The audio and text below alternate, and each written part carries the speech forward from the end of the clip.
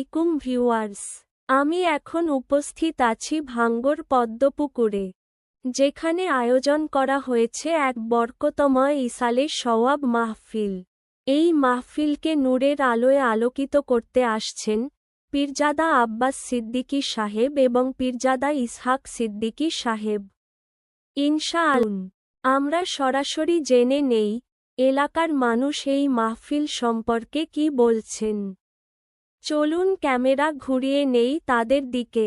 আসসালামু আলাইকুম ওয়া রাহমাতুল্লাহি ওয়া বারাকাতুহু। প্রতি বছরের ন্যায় দক্ষিণ পদ্মপুকুর জামে মসজিদে এক বিরাট ইসালে সওয়াব অনুষ্ঠিত হয়। সেই দিন হলো 13ই ফাল্গুন, অর্থাৎ বৃহস্পতিবার, আগামীকাল।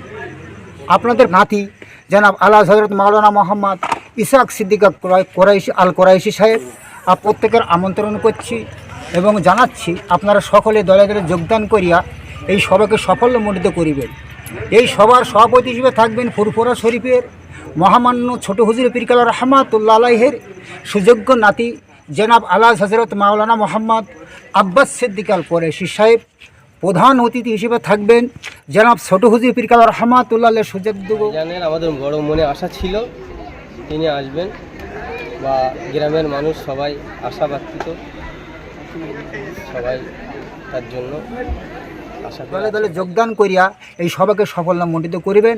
আমি প্রত্যেক গ্রামবাসী এবং দেশবাসী ভাইদের বলবো, আপনারা সকলে আগামী 13ই ফাল্গুন আগামীকাল আপনারা সদল বলে দক্ষিণ পদ্মপুকুর জামে মসজিদে আসবেন।